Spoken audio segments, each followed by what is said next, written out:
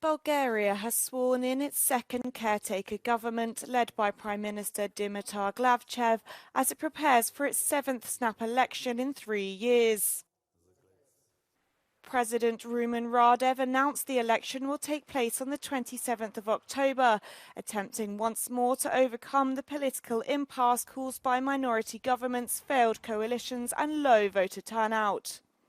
Когато избирателната активност е ниска, както напоследък, а няма гаранция, че ще бъде на следващите избори по-висока, тогава именно честността на вота придобива огромна тежест. В това уравнение.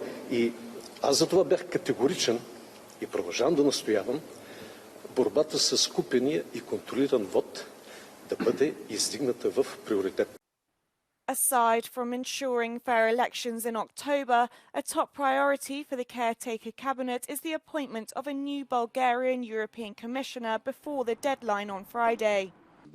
The GER party, which finished first in the June elections but only has 68 legislators in the 240-seat National Assembly, has put forward former Foreign Minister Ekaterina Zaharyeva.